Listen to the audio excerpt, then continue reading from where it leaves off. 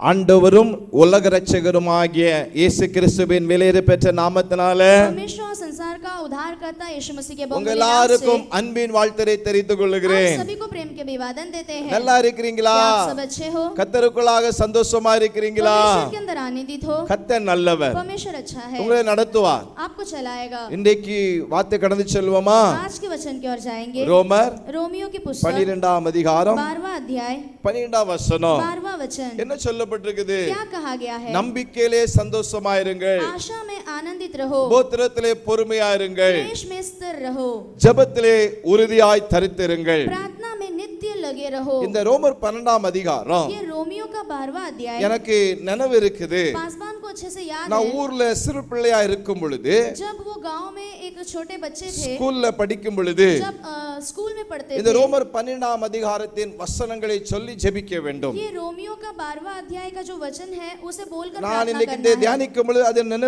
நினைவு எனக்குள்ள வந்துச்சு. ये वचन को पासवान ध्यान करते समय वो कार्य उनको याद आया। சோதரங்க சொல்லப்பட்டிருக்கிறது, यहाँ पर कहा गया है நம்பிக்கையிலே சந்தோஷமாயிருங்கள். आशा में आनंदित रहो। 3 காரியம். 3 कार्य, நம்பிக்கையிலே சந்தோஷம். आशा में आनंदित। என்ன நம்பிக்கை? क्या आशा है? இயேசு என் கூட இருக்கிறார், यीशु मेरे साथ है, இயேசு எனக்கு எல்லாவற்றையும் செய்து यीशु முடிப்பார். मेरे लिए सब कुछ कर ஒரு நம்பிக்கை. निभाएगा। एक भरोसा। கர்த்தர் நம்பிக்கையாக கொண்டு பாக்கியவான் வேதம் சொல்லுகிறது. जो परमेश्वर पर आशा लगाए बैठता है वो धन्य है करके मनुष्य शास्त्र மேல कहता அல்ல, है। मनुष्य के ऊपर नहीं, கர்த்தர் எனக்கு செய்வார். परमेश्वर मेरे लिए ஒரு करेगा। அற்புதம் இன்றைக்கு செய்வார். एक अद्भुत कार्य मेरे लिए ஒரு करेगा। நம்பிக்கையில சந்தோஷம் இருக்கும். एक आशा में एक आनंद रहना கவலைப்படாதங்க, है। चिंता मत कीजिए। நம்பிக்கையில சந்தோஷமாயிருங்க. आशा में आनंदित के साथ இரண்டாவது रहो। சொல்லப்பட்டிருக்கிறது, दूसरा कहा गया है உபத்திரத்திலே பொறுமையா இருங்க. क्लेश में स्थिर रहो। உபத்திரம் வந்துட்டா அங்க இங்க ஓடாதங்க, अगर क्लेश आ जाए तो यहाँ वहाँ मत दौड़ो, கலங்காதங்க, मत व्याकुल हो जाओ। பொறுமையா இருங்க, एक धीरज के साथ रहो, கூலா இருங்க, थोड़ा धीरज के साथ தேவ रहो। சமூகத்தில் அமர்ந்திருங்க, परमेश्वर के चरणों पर बैठो, குழம்பாதங்க.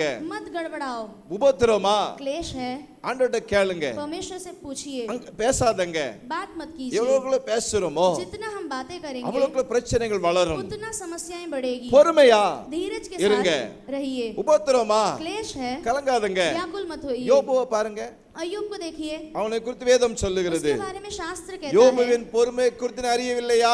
जो अय्यूब का धीरज के बारे में क्या मैं नहीं எவ்வளவு जानता? பொறுமையா இருந்தான். कितना वो धीरज के साथ था। கர்த்தர் வாழ்க்கை ஆசீர்வதித்தார். परमेश्वर उनके जीवन को நாம் आशीष दिए। பேசாதிருந்தாலே अगर हम चुपचाप रहे तो நம்முடைய வாழ்க்கை भी ஆசீர்வதிக்கப்படும். जिंदगी आशीष ஆனா உபத்திரத்துல लेकिन क्लेश में பொறுமையா இருங்க. धीरज के साथ रहिए। மூன்றாவது சொல்லப்பட்டிருக்கிறது, तीसरा कहा गया है ஜெபத்திலே प्रार्थना में உறுதியாய் தரித்திருங்க. नित्य लगे रहो। எப்படி இருக்கணும்? कैसा रहना है? உறுதியாய் தரித்திருக்கணும். नित्य लगे रहना है। ஜெபிக்கணும், प्रार्थना करना है, நாளும் ஜெபிக்கணும், हमेशा प्रार्थना करना है, நிரந்தரமா ஜெபிக்கணும். निरंतर प्रार्थना करना தேவனோட है। உறவில பெருக பண்ணணும். परमेश्वर के रिश्तों में बढ़ते ही जाना இன்னும் है। தேவனோட உறவில வளரணும். परमेश्वर के रिश्तों में बढ़ते அப்ப ही जाना ஜெபத்துல है। உறுதியா இருங்க. तो प्रार्थना में स्थिर இதை रहिए। செய்வீங்க என்று சொன்னால் अगर आप ऐसा करोगे तो நிச்சயமாக निश्चय ही உங்களை கர்த்தர் ஆசீர்வதிப்பார், परमेश्वर आपको आशीष உங்களை करेगा, உயர்த்துவார். आपको ऊंचा करेगा। ஜெபிக்கலாமா? प्रार्थना करेंगे। நல்ல பிதாவே நன்றி செலுத்துகிறோம். अच्छे पिता आपको धन्यवाद உங்களுடைய करते हैं। பிள்ளைகளுக்காக आपके ஜெபிக்கிறேன். बच्चों के लिए प्रार्थना करते हैं। உபத்திரத்துல பொறுமை, क्लेश में एक धीरज, நம்பிக்கையில சந்தோஷம், आशा में एक आनंद, ஆண்டவரே ஜெபத்துல உறுதி, प्रार्थना में एक नित्य,